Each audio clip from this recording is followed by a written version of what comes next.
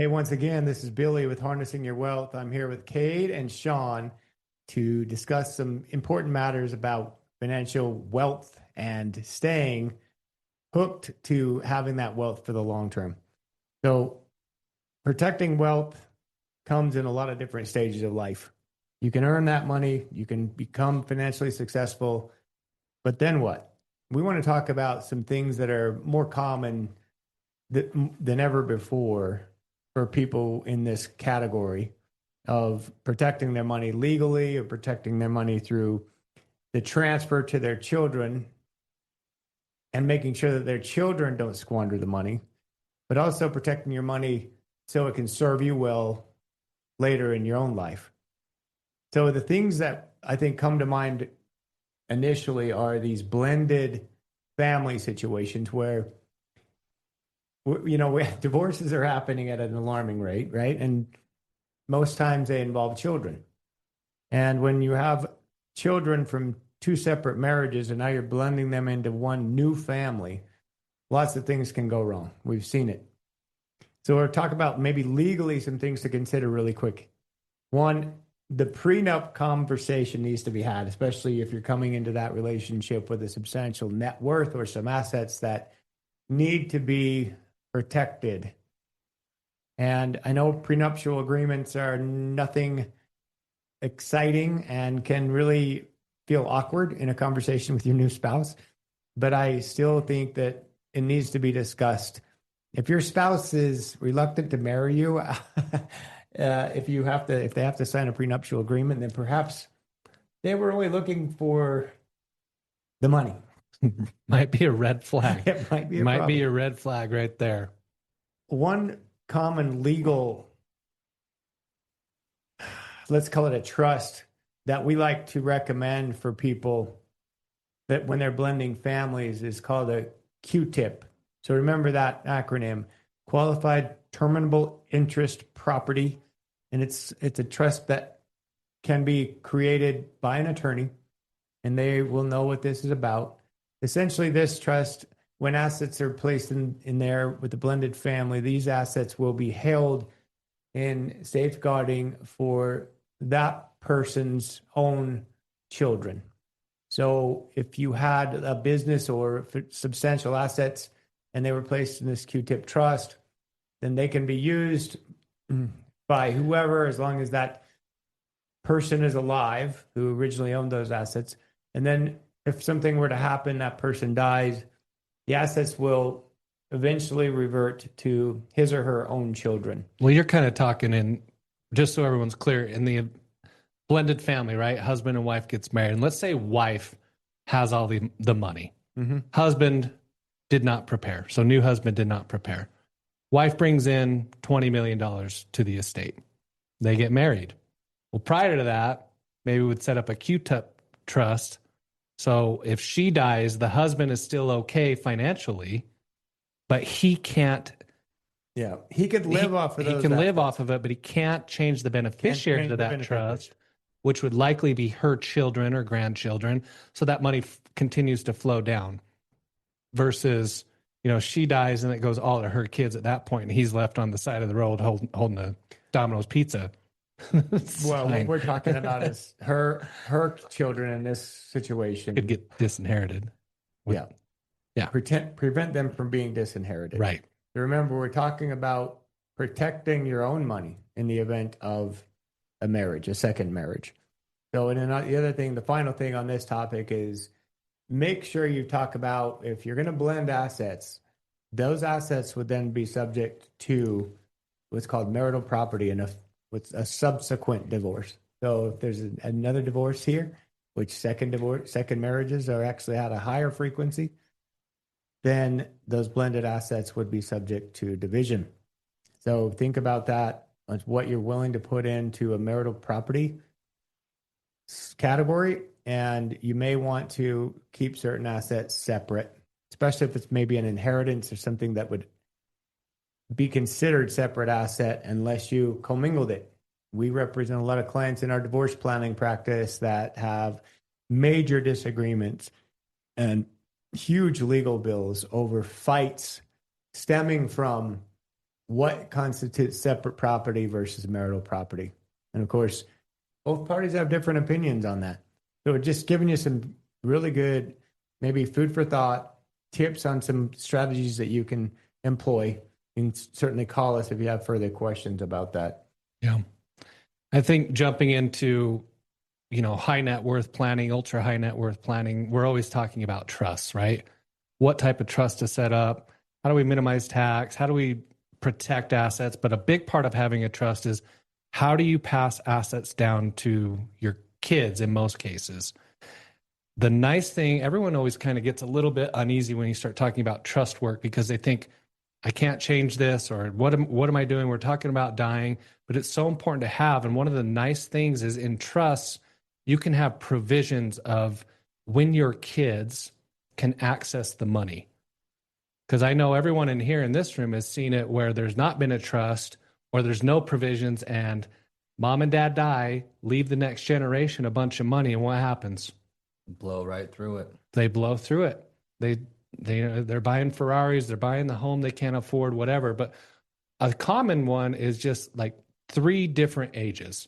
So say you have minor children, and I've done this with my own trust planning with Quinn and Sloan. If you're listening to this, sorry, you're not getting it all if I die. But maybe a common age is at 25. So if I die, Kate and I pass, they can get a chunk at 25, say a third. And then maybe another one at 30. Okay, so maybe they screwed up the first time and now they're learning again. And then the last one at 35. And kind of my thought is, if you haven't grown up enough and I haven't done a good enough job as a parent at 35, if you can't figure it out, it's on you. Yeah. But they can also, it's not just like these 3 ages. There's a term called HEMS. So health, education, maintenance, and support. So you'll have a trustee that will determine, hey, is that need for Quinn or Sloan, health, education, maintenance, or support, and they can take distributions if needed. So it's not so locked up like some people have a fear of.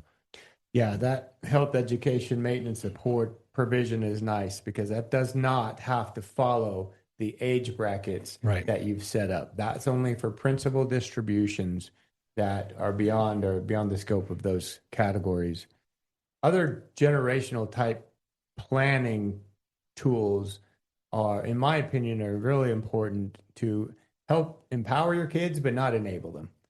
So we want to teach kids the power of money and the importance of money, but not that it comes easy. Easy come, easy go. Mm-hmm. That's a common term. There are certain very wealthy families throughout history in our country that have continued to thrive and do well. And then there's others who went through the money, I'm talking billions of dollars in inflation adjusted value, and squandered it, gone. So these are like the Carnegies or the Vanderbilts, families that came huge net worths and dominant type industry leaders. And within a couple of generations, the Vanderbilts have squandered most of it. So it's really tough to teach kids the proper handling of finance unless there's the conversation being had. So we're really big advocates on having conversation, and then make your kids put up something in order to get something. They're going to start a business. Maybe you'll help them. Even in your trust documents, you can say those things. So even if you're gone, your trust can have language that says, if you want to start a business, you can access a certain amount of money to help you get started. But you have to lay out the business plan. It has to be approved by the trustee, or you have to accomplish a certain milestone in order to get it. Those are the types of things that I think are important in a trust, because I have seen personally the kids, and I call them kids because they're inexperienced, but they have a great idea. Yep. Oh, business deal. I got it. Me and my buddy, we're going into business together. And it's a terrible idea from the get-go. But they spend $1 million trying to prove get it off a the good ground. one. Yeah. And it's all gone. I mean, it was a terrible idea to start with. So, yeah, it has to be kind of filtered out. And again, your trust should have a limit on what can be pulled for these types of ventures. Because, again, starting up a business is a risk. Sure. And the next thing is like the inheritance. Talking about the inheritance with your kids and grandkids without conflict. And the conflict comes from the lack of conversation, right? You got to have the conversation. And only 27% of parents actually have the conversation with their kids, which is mind blowing because that's when the conflict comes. Kids start to argue, they want this, well, the other one wants that.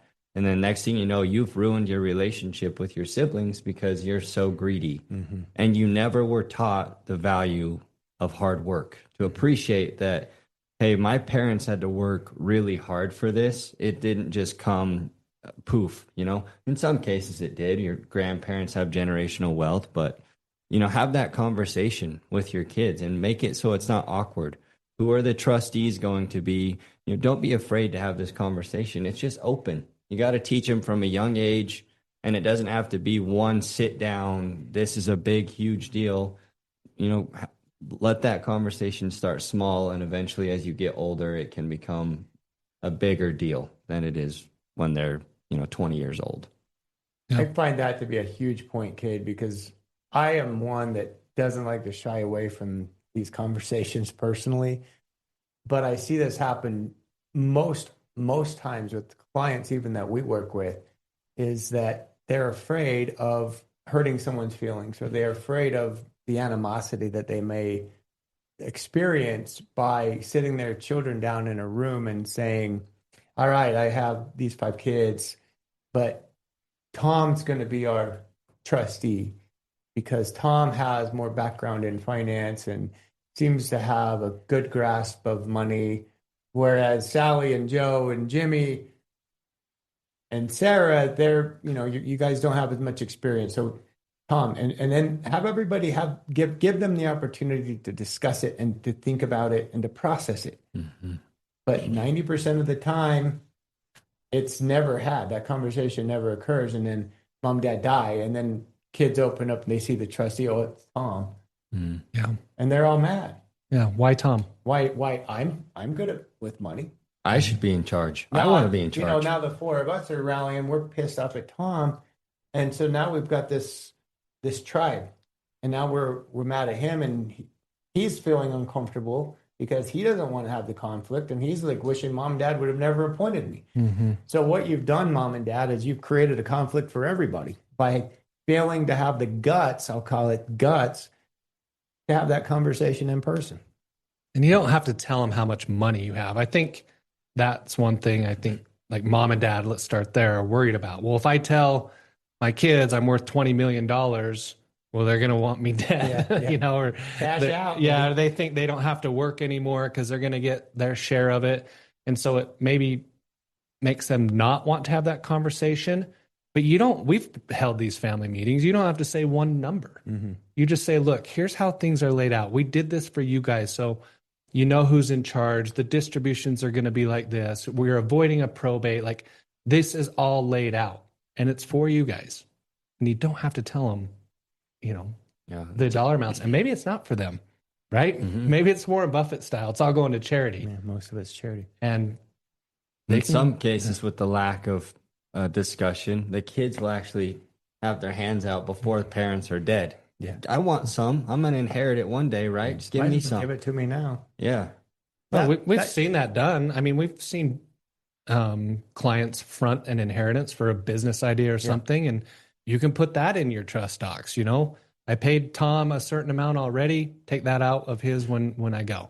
Has to be written into the trust, because that's another area we've seen major conflict is when mom and dad failed to put that into their trust doc or make that known, and then the other kids know about it, but writing it on a verbally or writing it on a napkin doesn't count. Get it notarized and signed. I mean, one more real quick point on that is that this transfer and this inheritance issue is, especially if you own a business or have something that maybe 1 or 2 children are involved in and the others aren't. Well, naturally, those children are more susceptible to continuing that business or maybe owning those properties, et cetera, et cetera. So you need to figure out a way to move that into their inheritance category and not disinherit the other kids by doing so. Because sometimes maybe the business is, let's say, Jimmy is your son working in the business. The business is worth 10 million, but beyond the business, you only have $1 million. Of cash. That's Yeah, it. liquidity, Of other assets. So what are the other kids going to inherit? I mean, so that, and then the other problem I'll just bring up, because this is a can of worms, that I've seen this happen, is they said, well, the other kids are all going to be equal partners. Yikes. Well, then Jimmy's doing all the work and he's pissed off. Yeah, he's not going to like that. I mean, to equalize that, I mean, we've used some life insurance planning. Correct. To help with that, or take out like a second to die policy on mom and dad that provides some liquidity, and it could be held outside the estate too. So it's like if it's a taxable estate, we can remove that so we're not paying more taxes. Anyways, getting deep, but just a way to provide some extra cash to help with the 4 other children in this case, if someone's going to get the majority of their inheritance through an illiquid business. One more thing I'll say on inheritance is a common mistake we see that parents will say, Tom's the best with money. I'm going to put his name on everything. And then when I die, he can give it to his siblings. Tell him why that's horrible. Well, he can't, I mean, he can give it to him, but it's going to be a tax nightmare for him, because you can technically only give $19,000 a year right now per person without getting into filing a gift tax return. But you did the work to create these documents, these trusts that Billy's been talking about. It's very important to retitle your assets into these trusts. And it's not a Schedule A in the back of the trust document. It's going to each custodian, whether it's a bank or a Raymond James or whoever it is, and say, I made a trust, put my accounts into this trust. Yeah. You can't just put the name the asset in the trust document and say, this is going to go. No.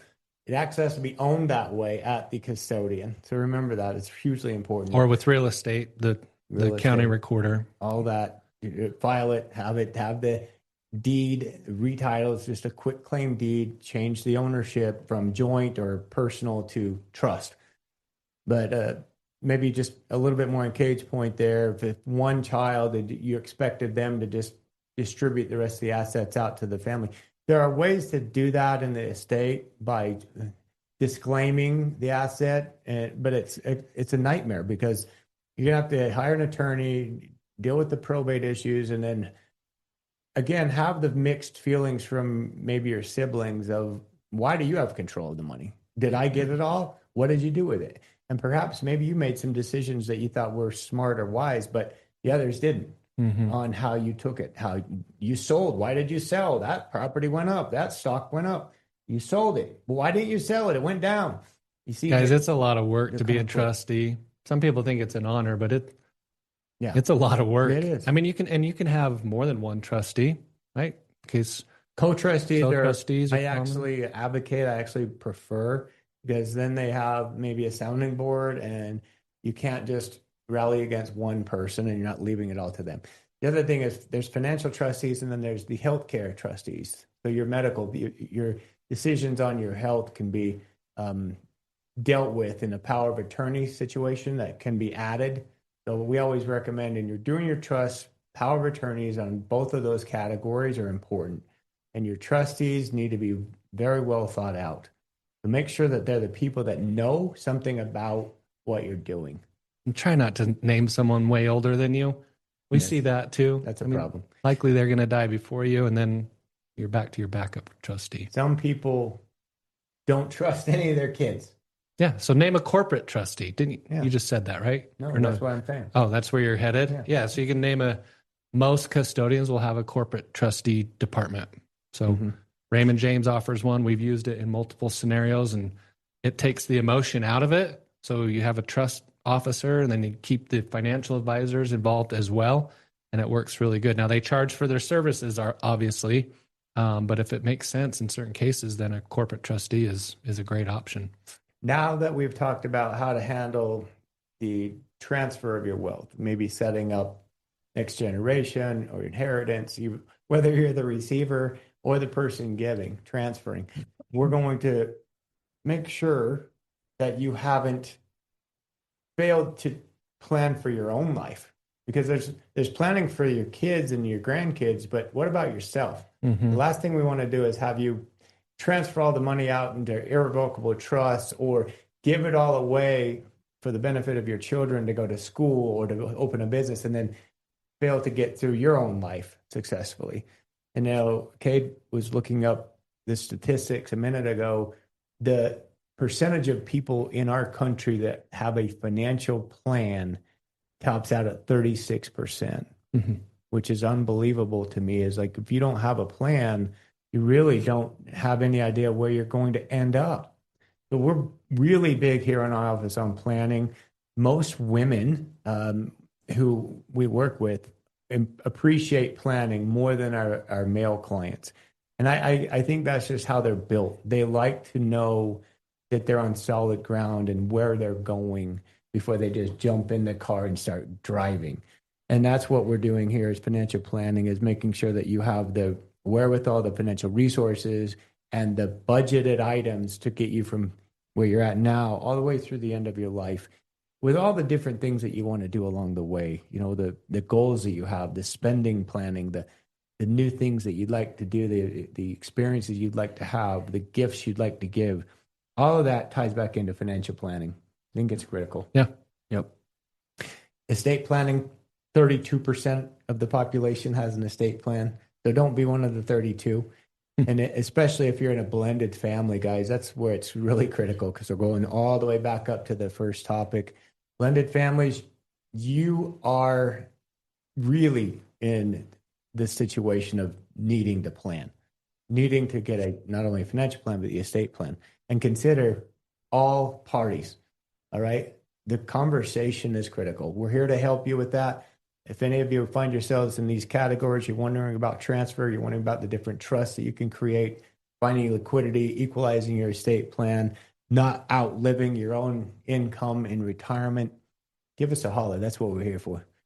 Thanks for joining us for Harnessing Your Wealth today. Stay tuned for some more financial episodes as we bring timely topics out there your way. Thanks for joining us. Thank you. Thank you all. Thank you for listening. For more information about today's show, please check out the show notes. Visit our website at www.petersonws.com or give us a call at 801-475-4002. Peterson Wealth Services is a registered investment advisor. This is a paid-for advertisement. Information presented on this program is believed to be factual and up-to-date, but we do not guarantee its accuracy, and it should not be regarded as a complete analysis of the subjects discussed. Discussions and answers to questions do not involve the rendering of a personalized investment advice, but are limited to the dissemination of general information. A professional advisor should be consulted before implementing any of the options presented. Peterson Wealth Services.